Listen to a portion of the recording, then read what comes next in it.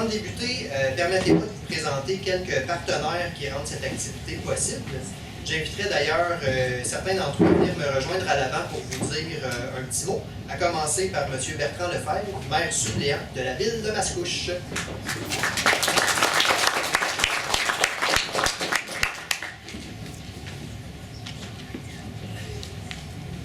Donc, je vous salue tous aujourd'hui.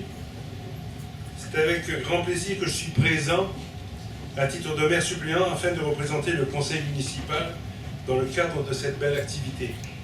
Le maire ne pouvait être pas des nôtres, mais sachez qu'il transmet toutes ses salutations. Des fois, la politique fait qu'on a plusieurs agendas.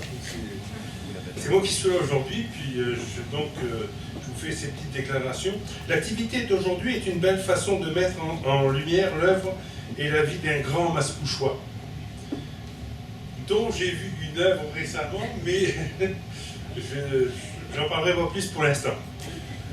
Georges Delfosse. Je tiens à saluer cette merveilleuse idée d'intégrer dans le programme du Festival des Arts une activité qui fait le mariage parfait entre l'art, la culture et l'histoire. Des thèmes porteurs pour notre communauté et qui font aujourd'hui notre fierté. Cette fierté, elle se développe et elle se transmet par l'importance que nous accordons rayonnement des arts et à la mise en valeur de notre patrimoine bâti et humain.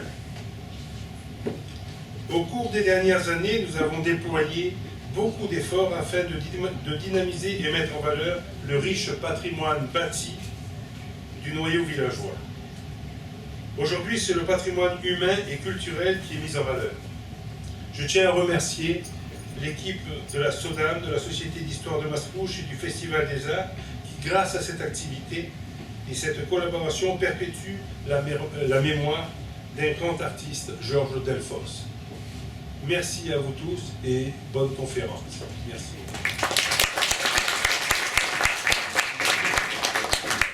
Merci beaucoup, M. Lefebvre.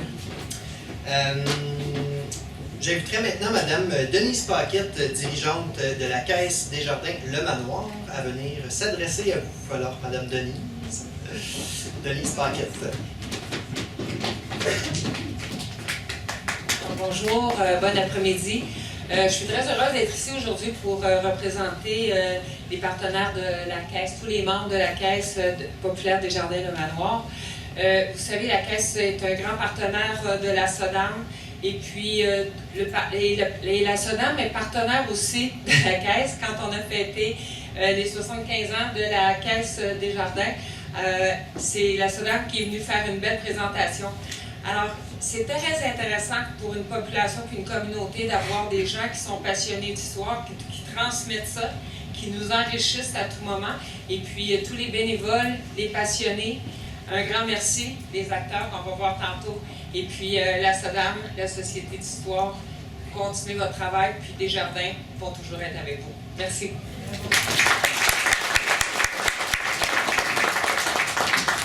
Merci beaucoup, Denise. Merci également à Ferland Photo, chasseur d'images, qui prendra des photos tout au long de la conférence. Au concessionnaire, dis-je, 3 Diamants. Au journal La Revue. D'ailleurs, Gilles Bordonado, le propriétaire de la Revue, est avec nous, avec sa famille. Ah, au fond. Merci, Gilles, d'être avec nous. Et l'événement est couvert aussi par le journal La Revue. Et enfin, merci au Festival des Arts de Mascouche, qui collabore avec nous en nous incluant à sa programmation. Maintenant, j'aimerais remercier Jean-Claude Coutu, Emmanuel Cazot et O'Neill Terrien de nous avoir prêté des œuvres originales et une reproduction de toiles de Georges Delfosse. Vous pourrez d'ailleurs les admirer à la pause. Elles sont à l'entrée de la salle, donc juste derrière vous. Prenez le temps de les regarder parce que ce sont des œuvres qui sont dans des collections privées, que vous ne retrouverez pas dans des musées, que vous ne retrouverez pas nécessairement en fouillant sur le web. Donc c'est seulement aujourd'hui que vous pourrez les admirer. C'est des toiles qui ont de l'âge, dont une qui représente une vue sur Saint-Henri de Mascouche qui date d'environ 1885. Ça vaut la peine d'aller la regarder. Je vous demanderai maintenant de mettre vos téléphones mobiles en mode silencieux. Et sans plus attendre, je laisse la parole à votre conférencière, la directrice de la Société d'Histoire de Mascouche, Mme Sylvie Gagnon. Je vous souhaite une bonne conférence et place au spectacle.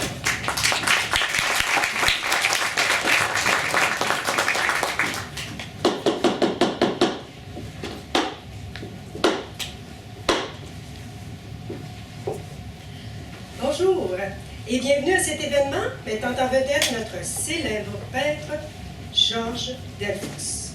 Cette année, nous célébrons le 150e anniversaire de sa naissance et la Société d'histoire de Mascouche vous propose de vous le faire découvrir à travers une conférence ponctuée de capsules distraites. En effet, grâce à des subventions dites célestes, nous aurons le grand privilège de faire renaître M. Delfosse, sa femme, sa fille et deux personnages qui nous en diront davantage sur sa vie professionnelle. Tout à mes côtés, je vous présente M. Normand Nantel qui aura la noble tâche d'être notre lecteur de citations. Brossons tout d'abord un portrait de la vie culturelle de la fin du 19e et début 20e siècle. Laurier-Lacroix décrit l'art à cette époque au Québec dans le livre « La vie culturelle à Montréal vers 1900 ». L'art doit servir à des fins politiques, religieuses et éducatives. L'art demeure éminemment utilitaire. Il est intégré à la culture générale au moment de la formation. Les beaux-arts contribuent à l'expression du beau. À la fin des années 1890, deux générations d'artistes sont pour ainsi dire en concurrence sur la scène des beaux-arts de Montréal. Écoutons ce qu'en dit Laurier-Lacroix, citation tirée du même livre. Le premier groupe est formé des artistes qui sont arrivés sur le marché au début des années 1880 et qui, les premiers, ont profité des résultats des acteurs qui les ont précédés. Il s'agit de William Bremner, Robert Harris, Louis-Philippe Hébert, François-Xavier-Édouard Meloche, Edmond Dionnet et Henri Juliet. Ces artistes qui sont maintenant en position dominante obtiennent les contrats de décoration et les commandes de portraits. Ils exposent et attirent l'attention de la critique. Ils enseignent et forment la jeune génération. Celle-ci émerge au début des années 1890 et comprend les artistes suivants: Henri Beau, Maurice Collin, Joseph-Charles Franchère, Ludger Larose, Ozias Leduc, Marc-Aurèle Defoy, César Côté, Joseph Saint-Charles et bien sûr Georges Delfosse.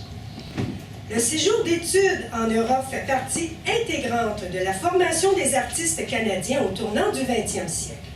Par la suite, leur principale source de revenus, outre l'enseignement et les illustrations pour la presse, demeure le résultat des commandes, dont les portraits et les œuvres publiques à caractère civil ou religieux. En ayant une idée du contexte culturel de l'époque, voyons l'apport de notre peintre mascouchois Georges Delfosse. Voici donc les thématiques que nous aborderons aujourd'hui. Il sera tout d'abord question de ses parents et de sa fratrie, ses études et ses premiers succès, son mariage et l'établissement de sa propre famille. Nous vous le ferons découvrir comme étant le peintre du vieux Montréal qui possède un intérêt particulier pour le patrimoine. Nous parlerons de sa fin de vie et finalement, nous aborderons son rayonnement artistique au sein de la communauté internationale. Ma foi, si je m'attendais à ce que mon histoire traverse ainsi le temps, c'est un honneur pour moi d'être parmi vous aujourd'hui.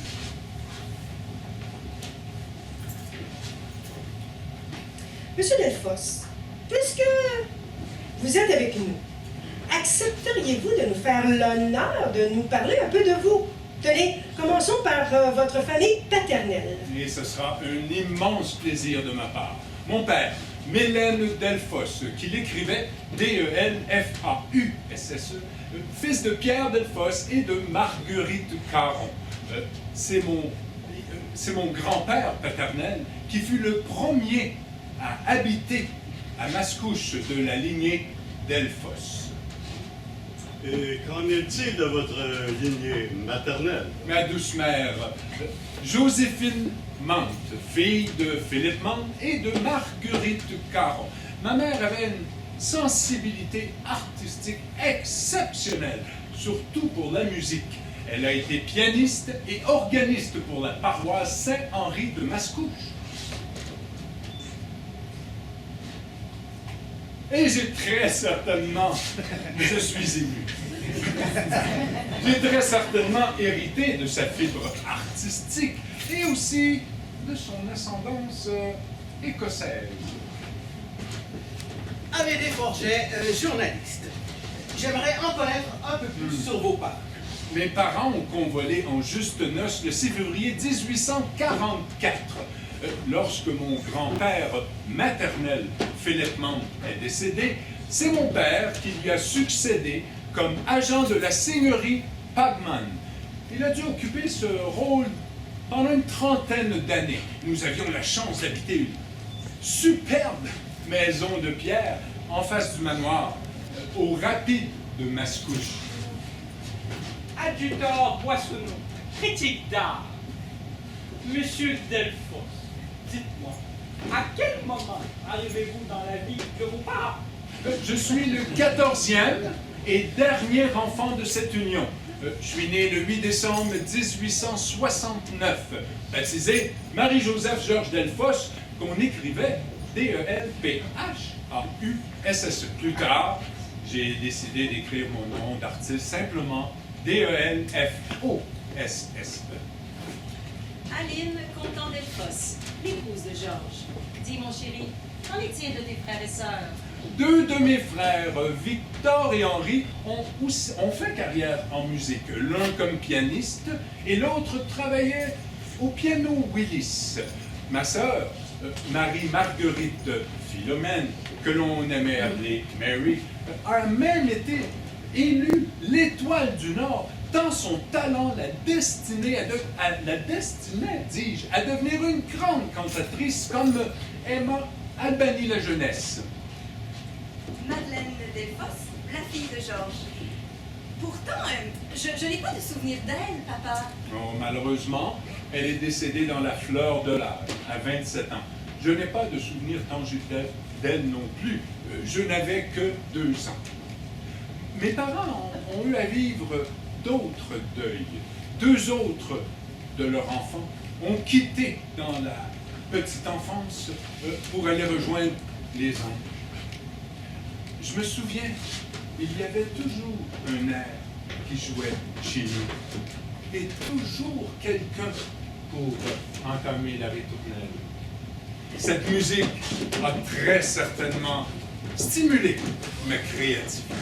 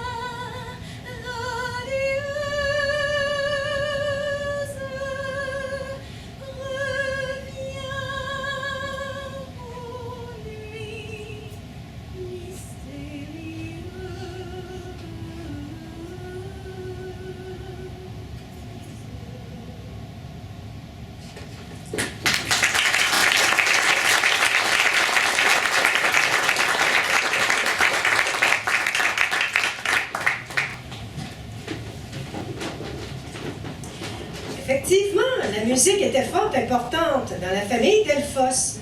S'il est souvent question du talent maternel, il ne faut pas oublier que Mélène, le père de Georges, était chantre et musicien. On dit qu'il aurait également construit un orgue et un piano dans la maison familiale. Chose certaine, aux alentours de la maison des Delfosse, de nombreux airs se faisaient entendre. Monsieur Luc-Antoine Ferdinand Crépeau, historien local, a même écrit « Naguère, dans ces lieux solitaires, on entendait des accords plus harmonieux que le fracas de la rivière Saint-Jean-Baptiste s'échappant en cascade d'un barrage établi sur son cours. C'était la voix des membres de la famille Delfosse, dont la maison, aujourd'hui démolie, était située en face du manoir. Presque chaque soir, on pouvait les entendre redire en chœur, au son des instruments de musique, les vieilles chansons de France, succédant tour à tour à celles du Canada, leur pays. En 1881, à la mort de John Henry Pangman, dernier seigneur de la seigneurie de Lachenay, le domaine seigneurial est acheté par les deux frères Corbeil qui n'ont pas besoin de régisseur. Mélène perd donc son emploi et déménage avec sa famille à Montréal. Dans la grande ville, Mélène œuvrera dans le commerce de la chaussure. Georges, qui a alors 12 ans, est déjà reconnu pour son talent précoce en dessin, ayant impressionné ses camarades de classe et ses professeurs au collège du village. Il poursuivra ses études à Montréal. Autant du côté maternel que paternel, Georges Delfosse part dans la vie avec un bagage éducatif et culturel important. Sensible à son village natal, Georges y reviendra souvent. À 13 ans, il dessine son autoportrait. Et à 16 ans, en 1885, son carnet de commandes s'ouvre avec un portrait au crayon. Mélène est décédée en 1886 à l'âge de 64 ans et est enterrée au cimetière de Saint-Henri de Mascouche. Sa femme lui survit jusqu'en 1916 à l'âge de 92 ans. Celle-ci termine sa vie à l'Hospice Gamelin de Montréal et repose en paix au cimetière de la Côte-des-Neiges. Dès 1882, Georges et sa famille s'adaptent à leur nouvelle vie à Montréal. Après l'école Saint-Jacques et le collège Saint-Laurent, l'année 1885 marque un tournant dans la vie de notre jeune homme. Le talent manifeste de son neveu ainsi de son oncle, le médecin Philip Edmund Mount, à l'inscrire au cours de dessin de l'Institut national des beaux-arts. Cette même année, sa participation à l'exposition de l'établissement est remarquée. J'ai participé à cette exposition d'avril 1885 et j'ai été ébahi du talent précoce de ce jeune homme pour sa maîtrise du dessin, son originalité et sa maturité dans le trait et la composition. Devant ma machine à écrire ce jour-là, j'écrivais les mots que mon journal a publiés. Tous les gens s'arrêtent devant les œuvres de ce petit prodige, Georges Delfosse, comme devant être celles d'un artiste consommé. Il sera peut-être un jour la gloire de son pays. Je souhaite que le temps m'ait donné raison.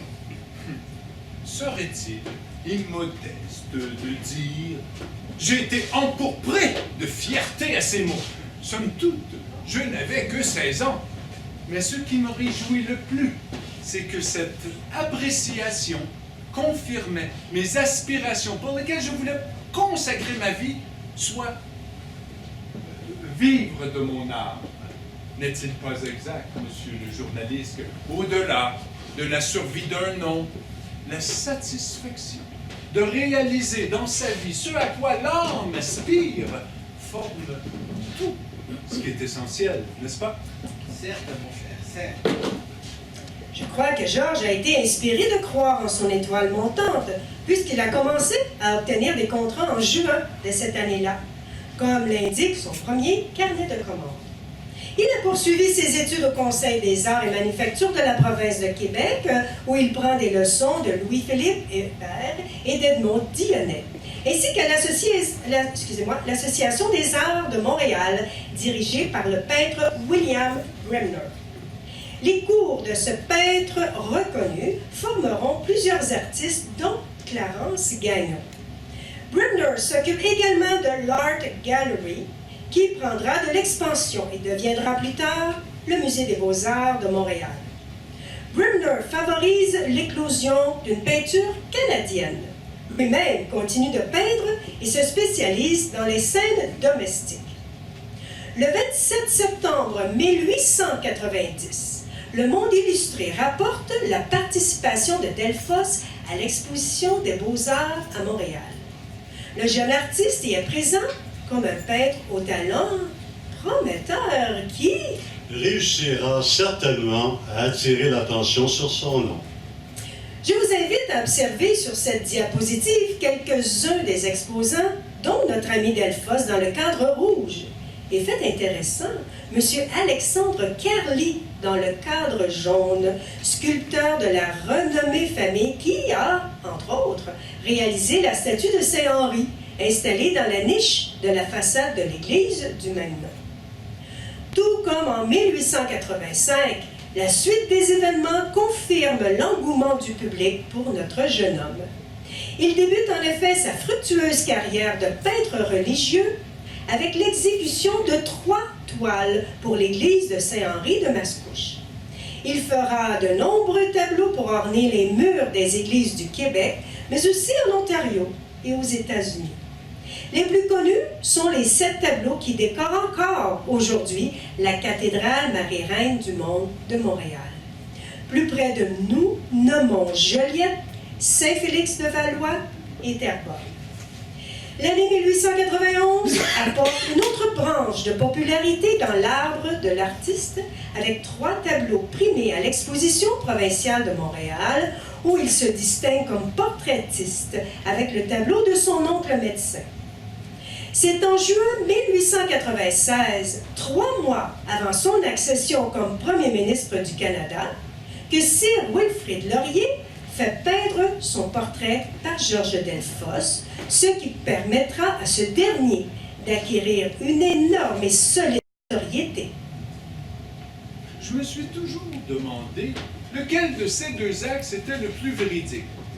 Était-ce mes coups de pinceau qui impressionnaient les gens?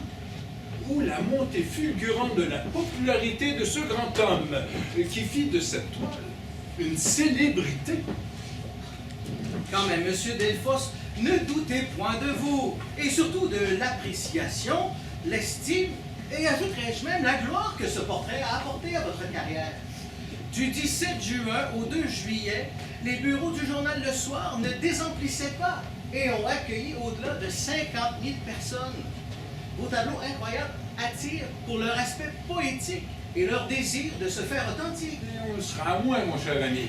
J'ai partagé l'intimité du grand homme pendant 3 semaines. Il avait insisté pour que j'habite dans sa maison de Saint-Lin pour capter ses traits sur place. Bien en vie, bien en verve. Il m'avait taquiné un matin en me demandant « Dites donc, maître, quelle est votre couleur politique? » Je lui ai répondu tout simplement « Mais vous savez, monsieur, je dois avoir toutes les couleurs sur ma palette. » Oh, ma curiosité de journaliste s'éveille en entendant vos propos. Auriez-vous entendu Sir Wilfrid parler de ses projets pour la gouverne du pays? Oh, mais que si! Mais, inspiré du poète Homère dans l'Odyssée, aucune parole ne peut franchir la barrière de mes temps. Un tableau, une œuvre d'art parle à l'émotion et fait taire la raison. N'est-ce pas? Certes. Inspiré par la faveur populaire de ce portrait et bien d'autres, Delfosse crée la Société canadienne de portraits et de tableaux à l'huile. Il offre ses services de portraitiste au grand public avec modalités de paiement très souples. Les commandes affluent tant de la part des fabriques pour des projets de décoration d'église que des particuliers pour leurs portraits. Évêques, médecins, entrepreneurs en vue, simple abbé, gens du commun et député, comme ici M. Laurent-Olivier David. Il est de mise de faire peindre son portrait par Delfosse, dont on expose les productions dans les galeries d'art, notamment au Chic Club Saint-Denis. Il se donne aussi à l'illustration et enseigne à de nombreux élèves dans son atelier qu'il nomme l'Art national.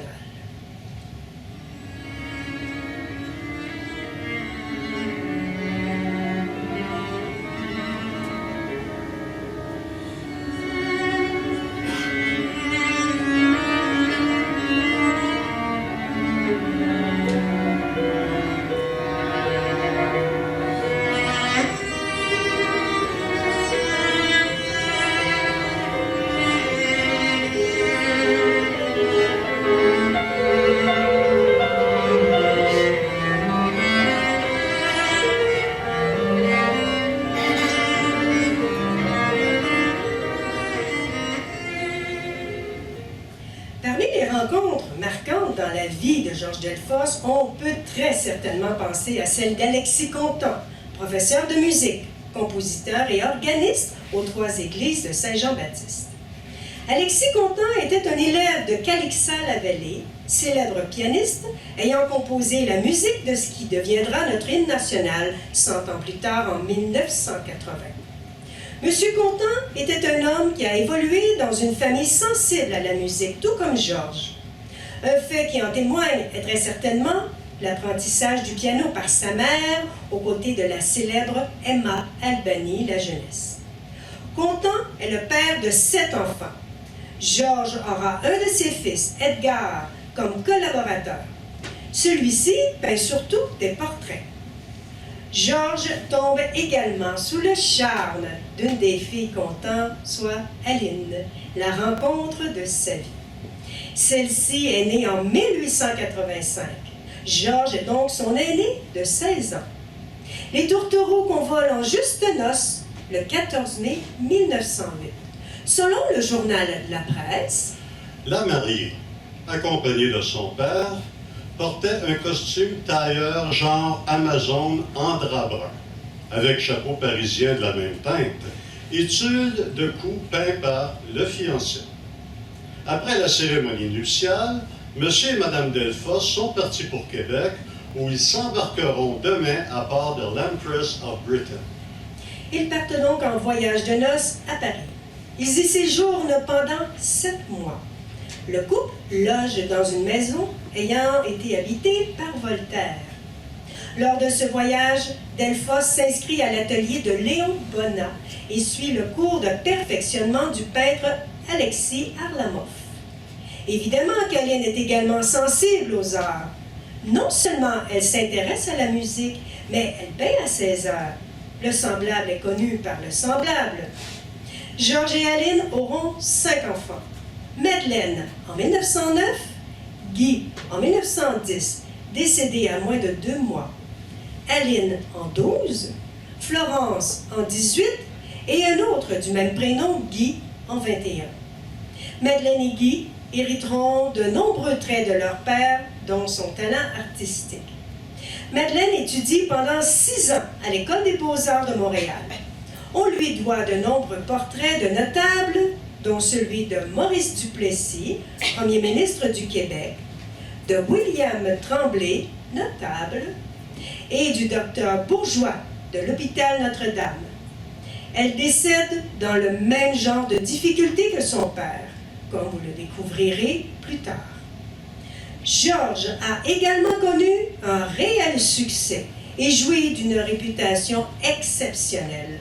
Son carnet de commandes est toujours bien rempli. Il gagne bien sa vie et offre à sa famille une aisance financière très agréable. En mai 1914, Georges et Aline, de même que leurs 2 premières filles, quittent le Québec pour un autre voyage à Paris. Ils habitent au 45 rue du Quai de la Tournelle. Georges profite de ce voyage pour peindre 6 tableaux destinés à l'église du Très-Saint-Nom de Jésus de Montréal. Il devait également y réaliser 10 tableaux pour l'église Maisonneuve. Le voyage est écourté en raison du déclenchement de la Première Guerre mondiale. Ils reviennent à New York le 23 août et de là, ils se dirigeront vers Montréal. La famille Delfosse, bien nantie, s'établit dans une belle et vaste demeure le long de la rue Sherbrooke. À la demande de Georges, c'est Ludger Venn, architecte, qui en réalise les plans. À l'étage supérieur, notre peintre y installe un atelier qui jouit d'une belle luminosité. Aline et les enfants serviront très souvent de modèle à Georges, allant jusqu'à revêtir des costumes d'époque. Ils auront également pour tâche de le forcer à dormir puisqu'il perdait la notion du temps quand il était dans son atelier et pouvait peindre jusqu'à 2 ou 3 heures du matin. La famille traverse des années heureuses. Les élèves se succèdent dans l'atelier. Les contrats sont nombreux. Ah, Georges, te souviens-tu de notre deuxième voyage à Paris? Comme si c'était hier. J'avais de nombreux contrats religieux à réaliser lors de ces jours et je comptais bien y arriver, d'autant plus que je disposais d'un bel atelier sur la rue Visconsi. Mais il en a été autrement. Le temps m'a manqué. Effectivement, la déclaration de guerre nous a forcés à rentrer plus tôt que prévu. Jamais je n'aurais voulu prendre de risque avec nos 2 jeunes filles qui nous accompagnaient. Mais nous avons tout de même passé de bons moments au quai de la Tournelle. Oui, et que dire de notre retour? Ce fut, disons, mouvementé. Et je crains de t'avoir fait vivre, à toi et aux filles, de nombreuses inquiétudes. Cette habitude aussi que tu as de dessiner tout ce que tu vois, tu ne peux jamais t'en empêcher. Toujours un crayon et un calepin sous la main. Tu as ta façon bien à toi de voir le monde. Habituellement, ça ne pose pas problème. Et normalement, mais avec la déclaration de la Première Guerre mondiale, la sécurité a été intensifiée. Or, je me retrouve au Havre, bien confortablement installé à peindre et dessiner le Chicago. C'est le navire qui nous ramenait en Amérique. Lorsque je fus pris pour un espion, j'avais beau clamer mon innocence, rien n'y fit. J'ai même été amené pour un interrogatoire. Heureusement que tu as été relâché le jour même. Sinon, nous aurions pu manquer ce bateau. Tu te souviens que nous nous embarquions le soir même? Oui. Et c'est cette journée même que nous avons aperçu une dizaine de milliers de fantassins britanniques débarqués au Havre avec leur équipement. Oh, période bien angoissante que cette Première Guerre mondiale. Heureusement, nous avons pu regagner New York en toute sécurité et rejoindre Montréal par la suite. Monsieur et Madame Delfosse, quelle péripétie! Prenez le temps de revenir de vos émotions. Si vous êtes d'accord, nous devrions tous prendre une pause, une quinzaine de minutes. D'ailleurs, une collation vous attend à l'arrière. À tantôt.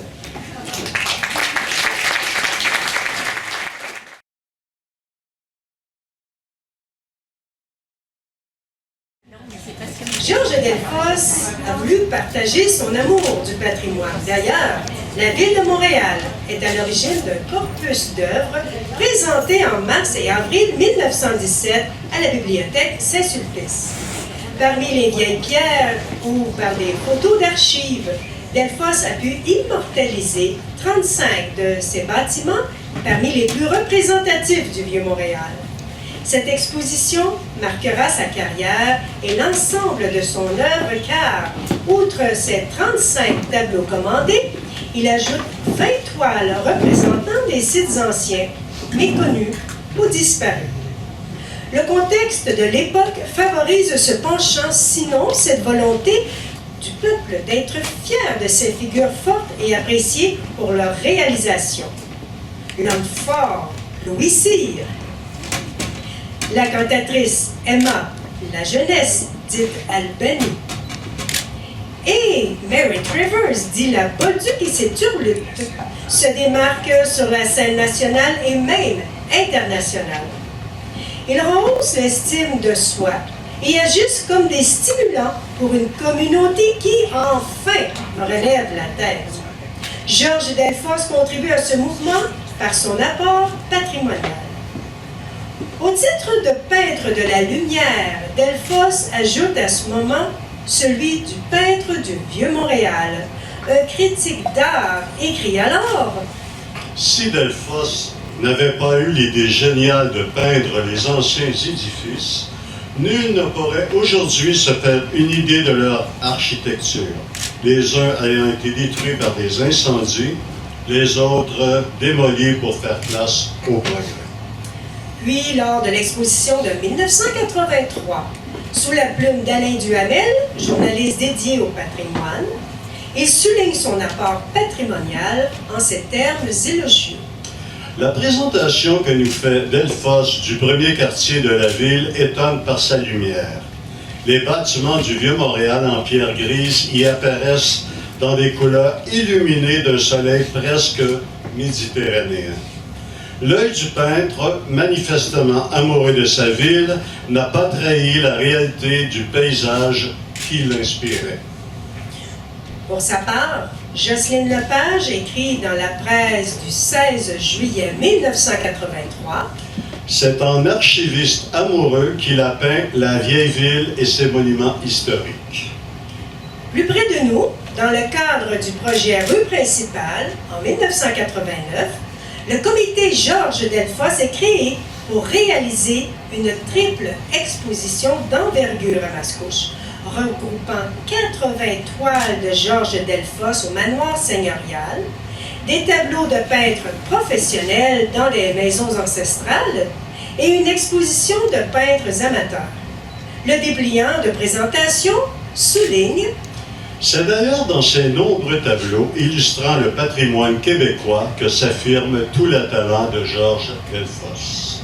Ainsi, comme l'évoquait en 1929 Jean Chauvin dans son livre intitulé « Atelier », le peintre d'histoire, le peintre religieux et le portraitiste s'effacent devant celui-là, le peintre de la vieille cité et des monuments historiques.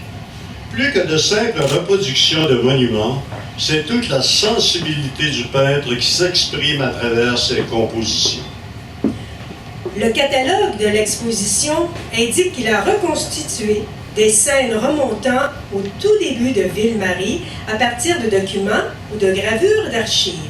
Il a réussi à poétiser les sites et les monuments de Montréal parce qu'il les aimait beaucoup et qu'il avait peur de les voir disparaître à jamais. La maison Pierre du Calvet, le château de Ramsey, vue ouest, la colonne Nelson à la place Jacques-Cartier et les deux églises Notre-Dame sont parmi les œuvres de cette série dont Montréal et nous aussi de Mascouche pouvons nous enorgueillir. Ma ville natale est bien bonne de me faire tant d'honneur. Moi qui ai souvent été considéré comme faisant de la peinture alimentaire. Mais, je ne me ferai pas un critique acerbe des critiques. Pas ici. Cependant, et simplement, je dirais que c'est la conscience de perdre ce qui s'efface à jamais. Cette voix douce, cette voix intérieure, si douce et méticuleuse, elle vous souffle de perpétuer par l'image, de fixer, de préserver, de protéger, de sauver. Ouh. Pardon, je me suis emporté. Tu seras toujours aussi enflammé, Oui. investi de cette cause chère à ton cœur et à ton âme. Celle d'amarrer le passé au présent, d'enraciner dans l'esprit des descendants nos regards portés vers ces lieux qui furent notre espace de vie, de leur léguer ce patrimoine et leur enseigner sa valeur pour qu'ils la conservent précieusement. Ah, comme tu as raison, Céline. Et si je puis ajouter à ton discours, je leur dirais de léguer aujourd'hui pour demain ce qui vous touche le plus de ce village, qui aura été mon berceau.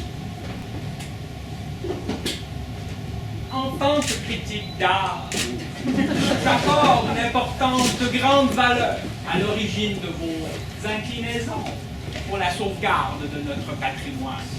Je Je dirais que ces œuvres constituent l'aboutissement de votre propension à figer sur votre palette les décors immémoriaux de votre jeunesse, tout pétri de votre amour pour ces lieux bénis de votre enfance et du début de l'adolescence.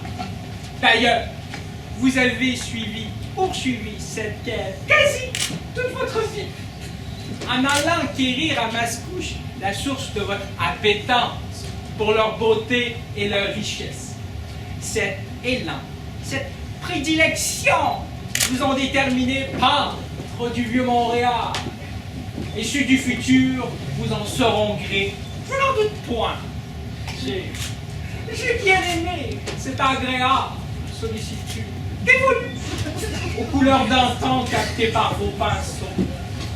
Vous aimez bien vous délasser avec votre famille sur cette terre ancestrale et y organiser des pique-niques, n'est-ce pas? Oh, vous avez raison. Et nous en profitions pour aller cueillir quelques petites morilles. Mais, après le repas, après la cueillette, je m'installais avec mon calepin et mes crayons pour dessiner le sous-bois, l'église anglaise et la maison du ministre, la grande côte de sable et, évidemment, le vieux moulin.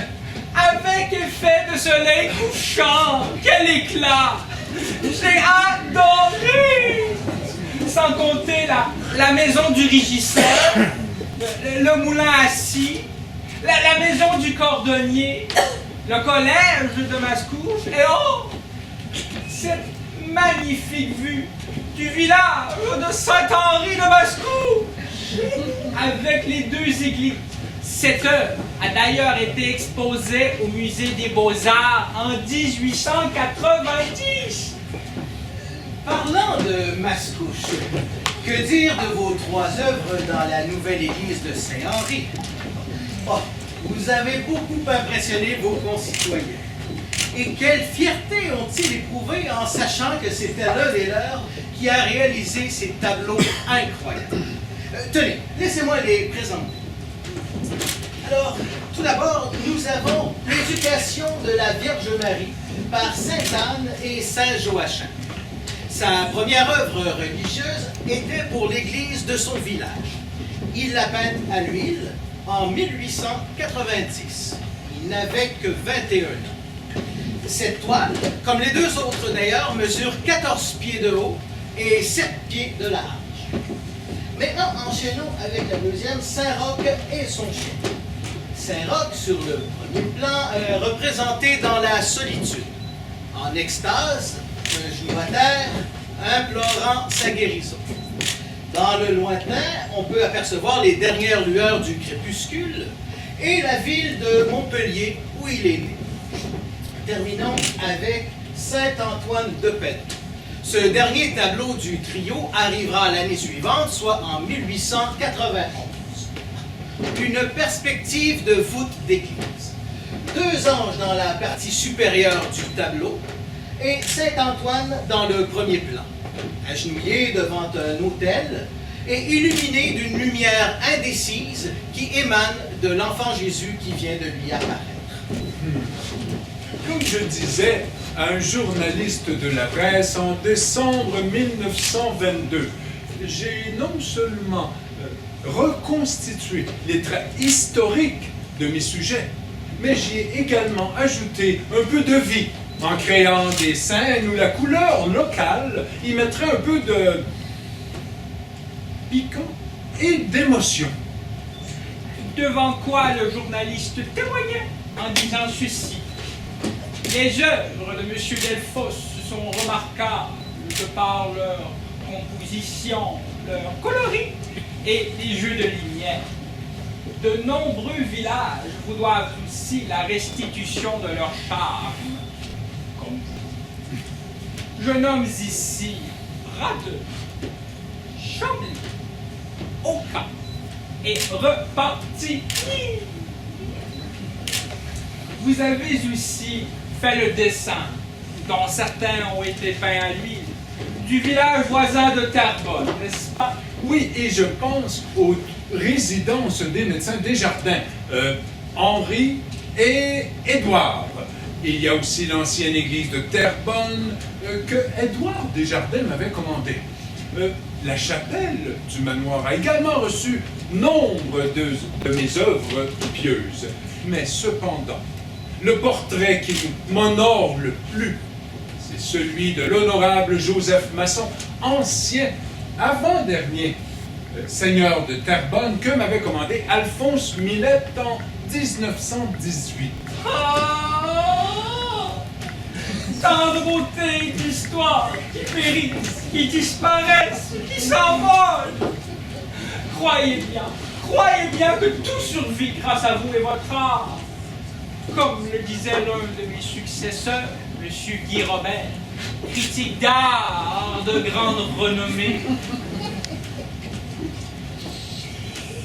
C'est devant les vieilles pierres que son regard se réchauffe, et particulièrement dans le Vieux-Montréal, dont il se fait archiviste et même archéologue, amoureux bien sûr.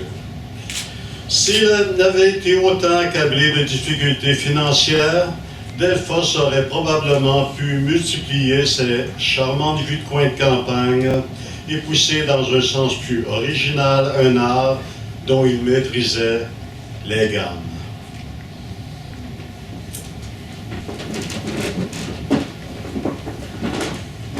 Georges Delfosse a habité une douzaine d'années dans sa belle maison de la rue Sherbrooke. Non seulement il y habitait, mais il y travaillait également. Permettez-moi de vous lire quelques notes tirées du carnet de commandes de mon père.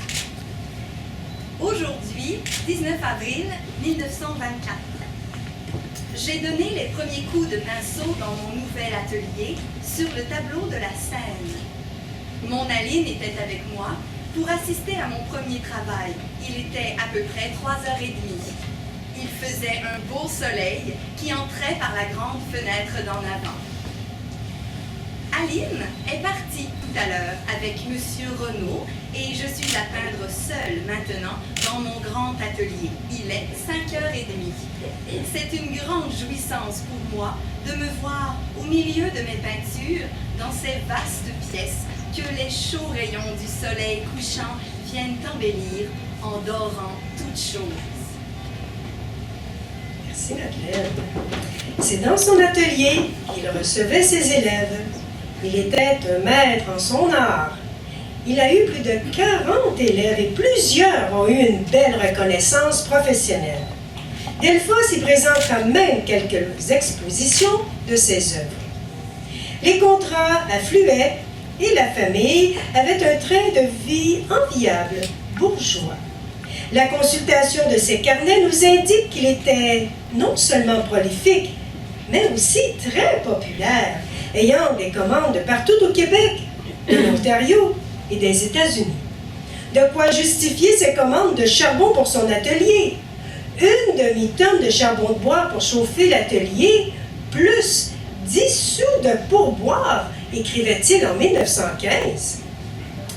Il faut cependant être honnête et avouer que la crise économique de 1929 a été très difficile pour Delfosse, étant surtout un peintre institutionnel et, quand les institutions n'ont plus de fonds, le travail vient à manquer. Sa situation s'est aggravée suite à son terrible accident d'automobile. Les difficultés financières seront donc particulièrement importantes pour la famille Delfosse. La dernière commande inscrite au carnet du peintre date du mois de mars 1933. La famille quittera la belle maison de la rue Sherbrooke pour s'établir sur la rue de Lorigny, toujours à Montréal.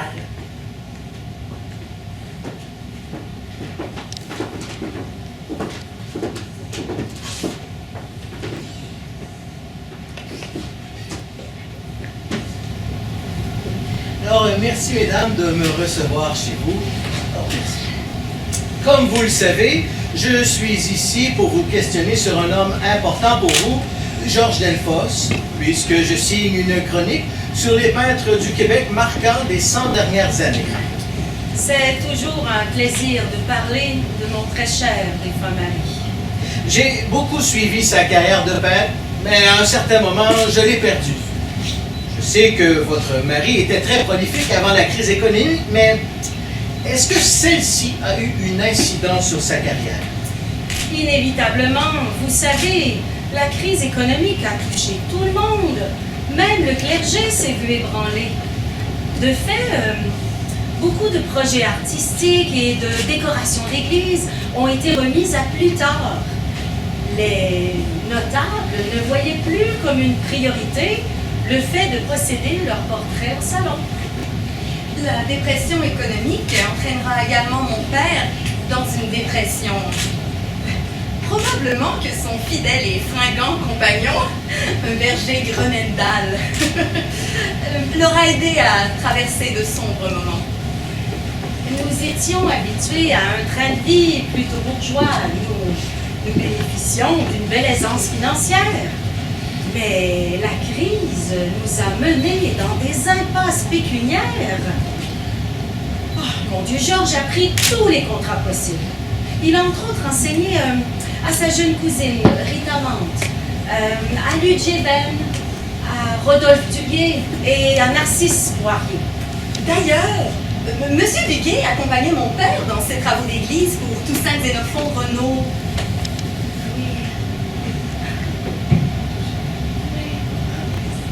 Oui, mais effectivement, nous avons tous entendu parler de l'accident de Georges. Mais, dites-moi, à quel âge est-il décédé? Vous m'avez dit 70. Je ne vous l'ai pas dit, mais c'était cela, oui. D'accord, j'avais bien fait mes recherches. Très bien. Mais son accident d'automobile, me dites-vous? Oui, en effet, c'était un terrible accident de voiture. Mon père avait l'habitude de partir à la recherche d'endroits inspirants à peindre. Oui, et c'est lors d'une de ces excursions que l'accident est arrivé. L'automobile a été démolie et mon pauvre père en est resté bien ébranlé. Il n'était qu'au début de sa soixantaine à ce moment-là. Il en est resté partiellement paralysé. Il pouvait difficilement poursuivre ses activités de peintre. Et comme un malheur n'arrive jamais seul, il a commencé à perdre la mémoire. Jusqu'à ne plus se souvenir de notre lieu de résidence. C'est le 22 décembre 1939, à l'âge donc de 70 ans, que mon père est décédé. Nous étions tous à ses côtés. Et dites-moi, d'après vous, quel est le plus beau cadeau que votre père vous a laissé en héritage? Démuni, son plus bel héritage a été de nous léguer, à nous, ses enfants, son grand talent d'artiste. Ce qu'il faut garder en mémoire, ce n'est pas sa peinture difficile, c'est plutôt son legs artistique. Son œuvre est présente dans de nombreuses églises et demeures, et dans plusieurs musées.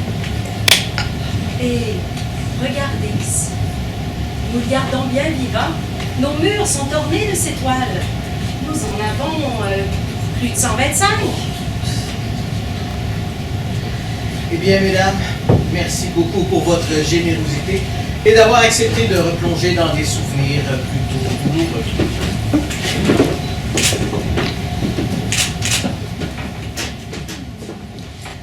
Lors du 50e anniversaire de mariage d'Aline et de Georges, même si celui-ci était décédé, Aline et Madeleine ont été reçus au manoir de Mascouche pour célébrer l'événement par une cordiale réception. Mascouche n'a jamais oublié son célèbre peintre qui, lui, n'a jamais oublié son village natal. Aline, son épouse, décédera en 1967 à l'âge de 82 ans. Et Madeleine, sa fille, en 1985 à l'âge de 76 ans. Tout au long de la préparation de cette conférence, il a été surprenant de constater à quel point les informations se font rares sur Georges Delfosse. Quelques articles ont été écrits à son sujet, mais reprenant généralement tous les mêmes informations. Peu d'ouvrages traitent de Delfosse et aucune rétrospective n'a été faite pour bien mesurer l'ampleur de son œuvre. Pourtant, Ses carnets de commandes témoignent d'une vie professionnelle très riche et productive. L'artiste maîtrisait plusieurs médiums et il a laissé derrière lui pas moins de 3000 œuvres très diversifiées. Tableaux, fresques, murales, pastels, aquarelles, gravures, dessins, portraits, grandes compositions religieuses, paysages ruraux et urbains. En 50 ans de carrière, il a réalisé beaucoup de choses. Une caractéristique qui émane des œuvres de M. Delfosse est la capacité qu'il a développée pour mettre la lumière en valeur. Il s'agit ici de sa signature propre en tant qu'artiste et son héritage ne va pas être sous-estimé. Delfosse est considéré comme un peintre institutionnel puisqu'il peignait généralement pour les notables, dont il a fait de nombreux portraits, et pour les églises. D'ailleurs, son œuvre ne compte pas moins de 200 tableaux pour églises, dont certains ont dimensions impressionnantes. Il a également été nommé peintre du Vieux-Montréal. Sa sensibilité pour le patrimoine l'a amené à peindre des bâtiments et des lieux pour que la mémoire reste bien vivante. Et en ce domaine, on peut dire qu'il est un précurseur. Qui est Georges Delfosse? A demandé Édouard Doucet, journaliste à la presse en 1980 à un historien d'art. C'est un peintre d'histoire. C'est quoi un peintre d'histoire? Eh bien, c'est à la fois un historien et un artiste. Deux bêtes rares, rarement réunies dans la même personne. Les œuvres de Delfosse sont exposées au Canada, aux États-Unis et même en Europe. Une quarantaine de lieux, dont environ 16 musées, accueillent ses créations. Parmi les musées possédant des œuvres du peintre, notons le musée McCord d'histoire canadienne et le musée des beaux-arts d'Ottawa.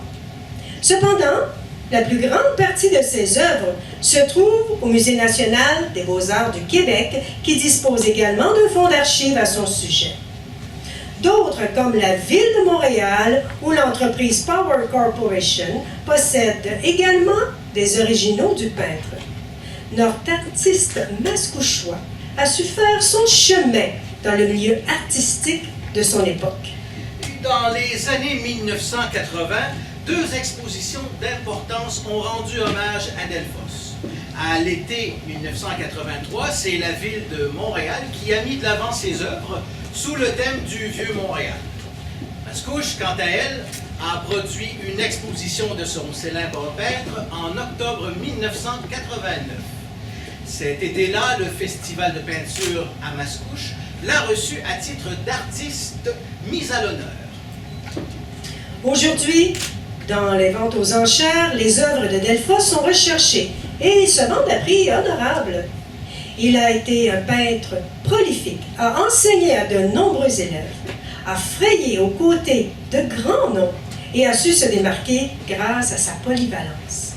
Nous pouvons être fiers de dire qu'il est issu de notre patelin et que c'est chez nous qu'il a commencé à déployer son immense talent.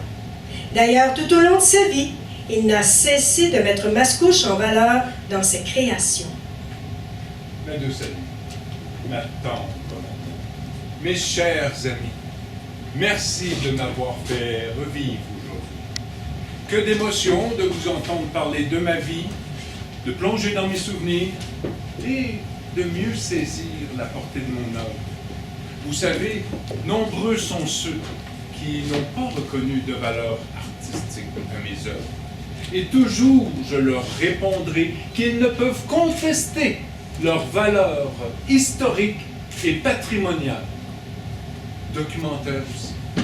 Oui, j'aimais le patrimoine et je suis fier d'avoir initié un mouvement le mettant en vedette. Peintre du Vieux-Montréal. Ce titre me sied bien. Peintre institutionnel. Cette dénomination me convient également puisque c'est celle-ci qui m'a permis de mettre un toit sur ma tête et un repas dans l'assiette. Comme nous tous, Je n'ai pas une vie parfaite. J'ai eu des grands moments de joie, mais également de sombres périodes. Ma famille m'a toujours entouré, comme j'ai toujours été là pour eux. Et j'ai toujours eu à cœur de leur donner mon meilleur. Peut-être je n'occupe qu'un tout petit paragraphe de l'histoire artistique du Québec. Mais j'ai contribué à former des artistes de renom. Et oui, j'ai bel et bien laissé en héritage de nombreuses œuvres qui témoignent d'un passé que l'on doit conserver bien vivant dans notre mémoire collective. Se savoir d'où l'on vient pour savoir où l'on va. Telle serait ma devise. Telle devrait être notre devise. En conclusion, M. Delfosse, nous aimerions sincèrement vous remercier pour votre apport aux arts visuels, non seulement de Mascouche, mais pour tout le Québec. Voyez, 150 ans plus tard, et oui, au début du 21e siècle, on ne vous a pas oublié. Et nous voulons souligner votre anniversaire. Un petit mot que l'on aime à dire à chaque instant, gentil comme un poème qui dit nos sentiments. Bonne fête à Georges que l'on aime. Bonne fête et tous nos souhaits. Bonne fête, papa!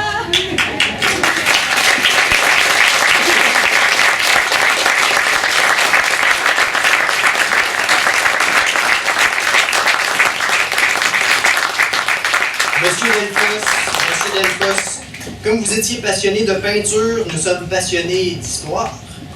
La Société d'histoire de Mascouche fonctionne avec la force du bénévolat de ses membres. Et ici, je sors de mon texte pour vous dire que ce que vous venez de voir, recherche, scénarisation, mise en scène, comédien, c'est tout du bénévolat.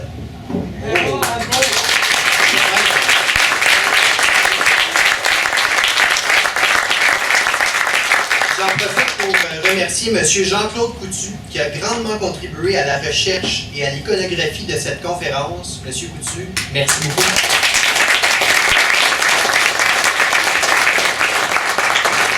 Je remercie également nos comédiens. Louise, dans le rôle d'Aline Contant-Delfosse, l'épouse de Georges, Madame Louise Poulain.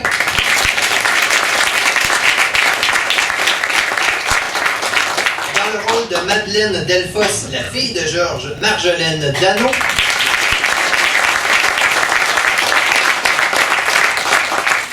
Dans le rôle d'Amédée Forget, le journaliste Dominique Pelletier.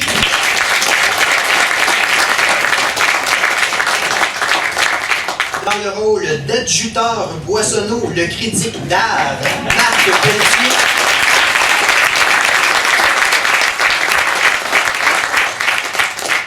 Notre lecteur de citation, M. Normand Nantel. Bien sûr, notre conférencière, Mme Sylvie Gagnon.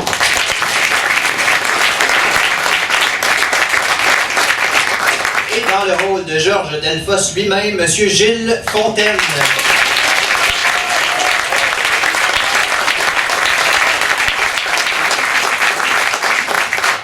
Je dois également remercier Marie-France Despatie, Sylvie Gagnon et Joanie Guillemette qui ont préparé cet événement depuis plus de 8 mois. Texte, recherche, iconographie, rédaction, scénario des capsules et mise en scène. Ainsi se complète l'équipe qui a célébré le 150e anniversaire de Georges Delfosse.